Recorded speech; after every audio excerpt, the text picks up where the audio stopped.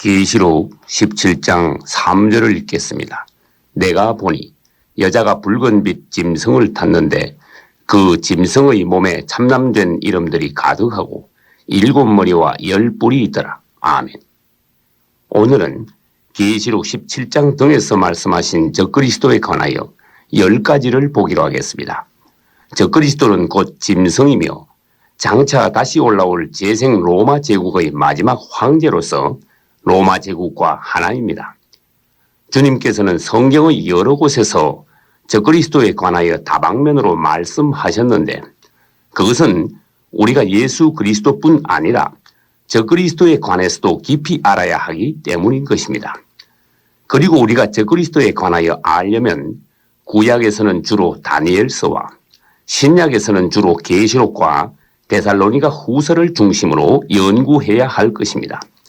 첫째, 짐승인 적그리스도는 큰 음녀인 로마 교회를 등에 업고 등장할 것입니다. 말하자면 적그리스도와 로마 교회는 사탄적 파트너로서 공생관계를 유지하면서 서로를 이용하지만 사실상 로마 교회는 적그리스도의 지지자요 후원자이면서 덜러리 역할을 하게 되는 것입니다. 한편 적그리스도는 예수 그리스도를 흉내내어 30세 때 세상에 나타날 것이며 정치와 종교의 타락한 연합을 통하여 말세 사탄의 왕국의 절정인 큰 성 바벨론을 이룩하게 될 것입니다. 둘째, 적그리스도의 색깔은 붉다고 하였습니다.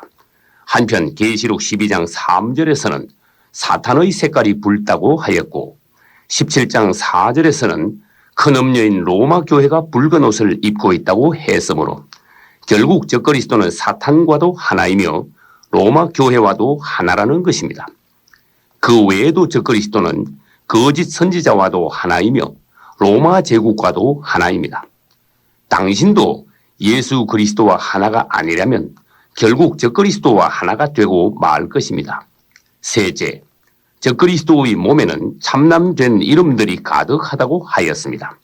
참남된 이름이란 신성을 모독하며 하나님을 욕되게 하는 이름으로서 천사장 루시엘이 감히 하나님의 자리와 영광을 넘보았듯이 적그리스도 역시 스스로 높아져서 심지어 자신을 하나님이라고 하며 경배를 강요하게 될 것입니다. 데살로니가 후서 2장 4절에서는 저는 대적하는 자라 자기를 높여 하나님 자리에 앉아 스스로 하나님이라 칭할 것이라고 하였습니다.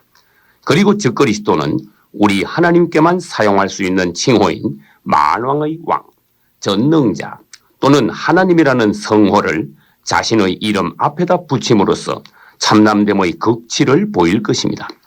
적그리스도와 하나인 로마 제국의 과거 황제들도 자신을 신이라고 칭한 자들이 있었습니다.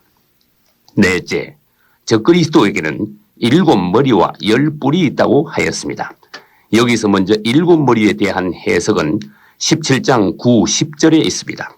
지혜에 있는 뜻이 여기 있으니 그 7머리는 여자가 얹은 7산이요 또 7왕이라. 아멘. 7머리란 곧 7산이라고 했는데 그것은 적그리스도의 본거지가 있는 7 언덕 위에 건설된 로마 시를 말하며 또 7머리란 7왕이라고 했는데 그것은 적그리스도를 포함한 로마 제국의 7 황제들을 가리키는 것입니다. 그리고 10뿔에 대한 해석은 12절에 있습니다. 내가 보던 10뿔은 10왕이니라. 아멘. 결국 7머리는 7왕이며 10뿔은 10왕이라는 것인데 그러면 7왕은 누구이며 10왕은 누구일까요? 먼저 7왕이란 적그리스도를 포함한 과거 로마 제국의 7 황제들을 말하는 것이며 10왕이란 장차 재생할 로마 제국의 10명의 지도자들을 말하는 것입니다. 현재 유럽에서는 옛 로마 제국의 영광을 회복하기 위하여 유럽연합 즉 EU를 결성하고 있는데 현재는 24개국이 가입하고 있지만 결국은 10개국이 합하여 재생 로마 제국을 이루는 시대가 곧 오게 될 것입니다. 그리고 그 10뿔 시대는 다니엘서 2장의 10발가락 시대와 같은 것으로서 그때 등장할 로마 제국의 마지막 황제가 바로 적그리스도인 것입니다. 다섯째, 17장 10절의 말씀에서 일곱 왕 중 다섯은 망했고 하나는 있고 다른 하나는 아직 이르지 않았다고 하였습니다. 이것은 사도 요한이 계시록을 기록할 당시인 1세기 말을 기준으로 한 것으로서 먼저 다섯은 망했다는 것은 제명에 죽지 못하고 자살이나 타살로 이미 죽은 줄리어스 시저와 티베리우스와 칼리굴라와 클라우디우스와 네로 등 5명의 황제들을 가리키는 것입니다. 그리고 하나는 있다는 것은 사도 요한 당시 살아있던 도미티안 황제를 말하는 것이며 또 다른 하나는 아직 이르지 않았다는 것은 적그리스도가 아직 나타나지 않았다는 것입니다. 여섯째, 적그리스도의 과거와 현재와 미래가 8절에 있습니다. 내가 본 짐승은 전에 있었다가 시방은 없으나 장차 무적행으로부터 올라와 멸망으로 들어갈 자니라. 아멘. 먼저 적그리스도는 계시록이 기록되기 이전에 세상에 있었다고 하였습니다. 그 말은 사도 요한 이전에 있었던 5 황제 중 하나가 적그리스도였다는 것입니다. 그리고 시방은 없다는 것은 계시록이 기록될 당시에는 적그리스도가 이미 이 땅에서 무적행으로 내려갔다는 것이며 마지막 때가 되면 다시 무적행으로부터 이 땅에 올라와서 세상 끝의 7년인 마지막 한 일해 동안 활동하다가 지상 재림하시는 예수께 잡혀 마침내 불못으로 들어가게 될 것이라는 것입니다. 짐승이 잡히고 거짓 선지자도 함께 잡혔으니 이 둘이 산채로 유황불 붙는 못에 던지우더라. 아멘. 계시록 9장 1, 2절에는 장차 무적행이 열리며 11절에서는 황충들의 임금이며 무적행의 사자인 적그리스도가 올라오는 장면이 나옵니다.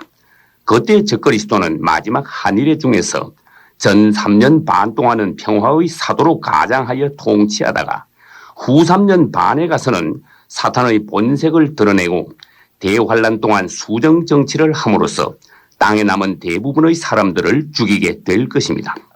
예수 그리스도를 흉내내는 적그리스도가 30세 때 세상에 등장하려면 지금쯤은 지중해 인근에서 이미 태어났을지도 모릅니다. 일곱째, 11절에서 적그리스도는 7 중에 속한 8째 왕이라고 하였습니다. 전에 있었다가 시방 없어진 짐승은 8째 왕이니 7 중에 속한 자라. 아멘. 10절에서는 적그리스도를 아직 이르지 아니한 7째 왕이라고 했다가 11절에서는 적그리스도를 다시 8째 왕이라고 했으므로 결국 적그리스도는 7째 왕인 동시에 8번째 왕이라는 것입니다. 그러면 적그리스도가 7번째 왕이었다가 다시 8번째 왕이 되는 과정을 순서대로 보겠습니다. 먼저 적그리스도는 장차 재생할 로마 제국에서 나올 한 작은 뿔로서 처음에는 이름 없이 등장할 것입니다. 그러나 어느 날 갑자기 그는 주변의 새 뿔을 무너뜨리면서 큰 뿔로 솟아올라 재생 로마의 7번째 황제가 될 것입니다. 그러다가 매사에 예수 그리스도를 흉내내는 적그리스도가 어느 날 암살되었다가 다시 살아나게 될 것입니다. 그의 머리 하나가 상하여 죽게 된 것 같더니 그 죽게 되었던 상처가 나았더라. 아멘. 그리하여 부활한 적그리스도는 다시 절대적 권력의 황제로 등극하여 8번째 왕이 된다는 것입니다. 이때 계시록 13장 3절에서는 온 땅의 사람들이 부활한 적그리스도를 보고 놀라 그를 따를 것이라고 했으며 17장 13절에서는 10왕들이 뜻을 모아 자신들의 권력을 적그리스도에게 모두 넘겨주게 될 것이라고 하였습니다. 그때부터 적그리스도는 후 3년 반의 대환란 기간 중에 땅을 통치하게 된다는 것입니다. 8째, 그때까지 거듭나지 못한 사람들은 모두 적그리스도에게 경배하고 666표를 받게 될 것입니다. 그것은 17장 8절과 13장 8절에 있습니다. 어린 양의 생명책에 농명되지 못한 자들은 다 짐승에게 경배하리라. 아멘. 9째, 17장 16절에서 마침내 10왕들과 적그리스도가 로마 교회를 미워하여 완전히 망하게 할 것이라고 하였습니다. 내가 본 바 이 10뿔과 짐승이 음녀를 미워하여 망하게 하고 벌거벗게 하고 그 살을 먹고 불로 아주 사르리라. 아멘. 이것은 큰 성 바벨론 중에서 종교적 바벨론의 멸망으로서 후 3년 반이 시작되기 직전에 일어나게 될 것입니다. 열째, 후 3년 반이 끝난 직후 적그리스도의 군대가 예루살렘을 침략함으로써 일어나는 아마겟돈 전쟁에서 적그리스도는 예수께 잡혀 불못으로 들어가게 될 것입니다. 이로써 사탄의 왕국인 큰 성 바벨론은 완전히 무너지고 이후 천년 왕국을 지나 우리는 예루살렘 성에 이르게 되는 것입니다. 하늘과 성도들은 즐거워하라. 하나님이 너희를 신원하시는 심판을 그에게 하셨습니다. 아멘.